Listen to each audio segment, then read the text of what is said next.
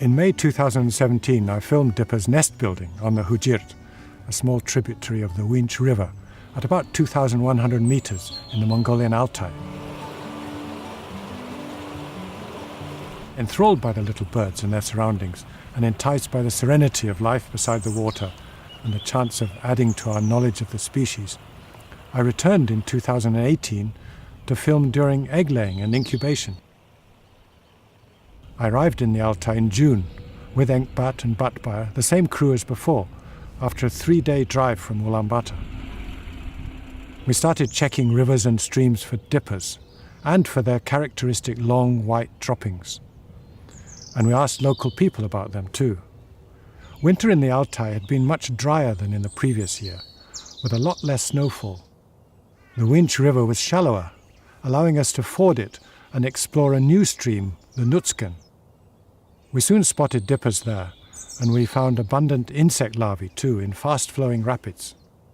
We set up camp at about 1,900 meters and spent a week observing 2 pairs of dippers at their nests, each with full clutches of 4 eggs.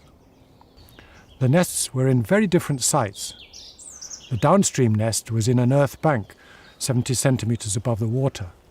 The upstream one was under a huge boulder nearly 2 meters up in the roof of a cave beside a loud waterfall and invisible from outside.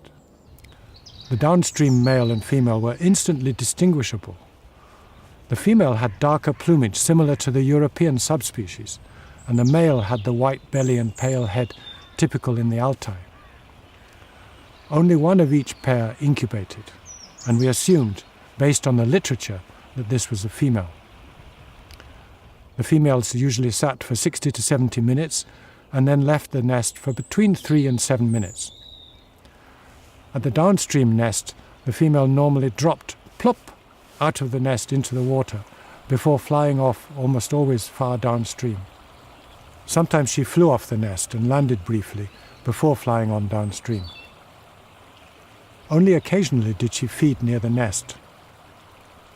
On her return, the female usually flew back directly or in stages to the shingle opposite the nest, where she bobbed up and down for another 2 or 3 minutes before flying up to the entry rock and in.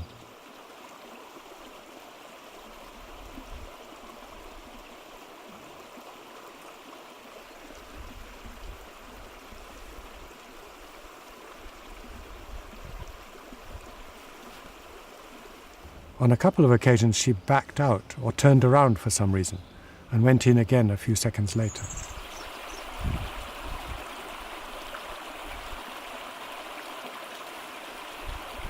At the upper nest, the access was spectacular.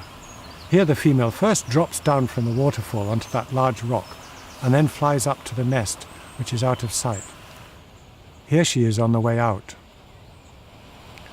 While the female was incubating, the male spent a lot of time near the nest, feeding, bobbing, standing, or preening. That I expected. What I did not expect was this. The males fed the females on the nest, and they fed them frequently. Look at how the male perches each time on the entrance rock, and listen to the churring noise he makes as he passes over the food.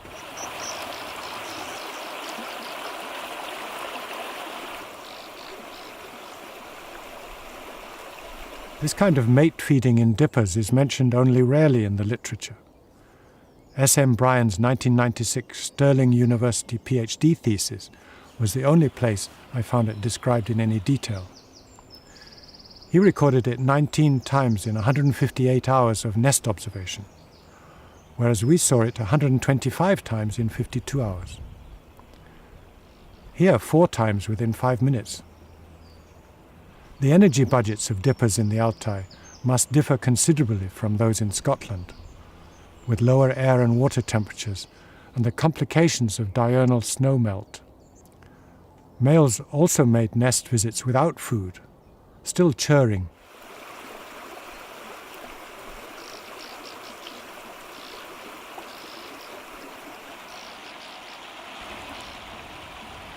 Sometimes the male brought food when the female was not on the nest, and he often went through the same procedure, including the churring call, until she returned. On some occasions he flew down and fed her below the nest after she returned.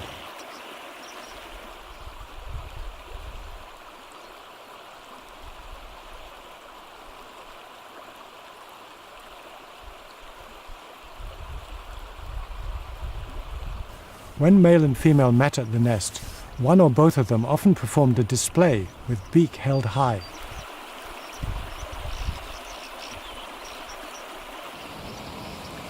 Here there was a brief attempt at mating. All had been going well for the dippers on the Nutskan, but when we moved up to the Hujirt, we were in for a surprise. We found the stream totally dried up at its confluence with the Uench. At the lower of the two 2017 nest sites, there was water in the stream, but little flow.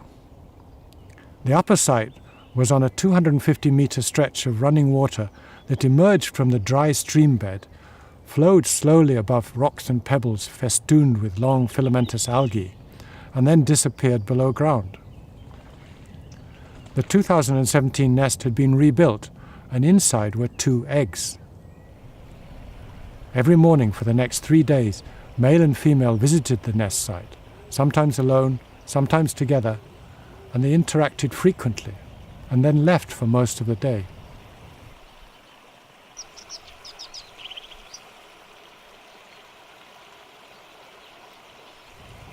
It was difficult to distinguish the birds, as they were both pale-fays, but their behavior at first seemed consistent with the female laying an egg each morning and the male attending nearby.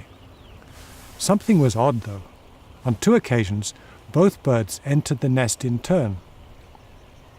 And when we left, after 3 days, we found that the female had not laid any more eggs. This likely breeding failure could have been due to insufficient food. There were insect larvae under stones on the stream bed, but the thick algal cover appeared to make them pretty inaccessible to dippers. Look at the difference in water level between the 2 years. Here in 2017 and here in 2018. Local herder Maksajav said that because the Hujirt catchment is less extensive than the Nutskans, it tends to dry up in years with low snowfall.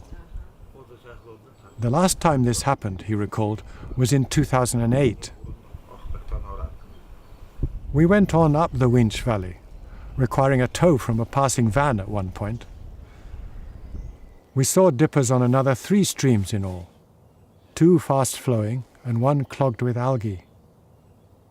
The highest we saw them was at 2,500 meters, here on the Arshan. The birds coexisted with people and livestock wherever we found them. One day on the Nutskin, the downstream female was flushed from the nest by a passing cow.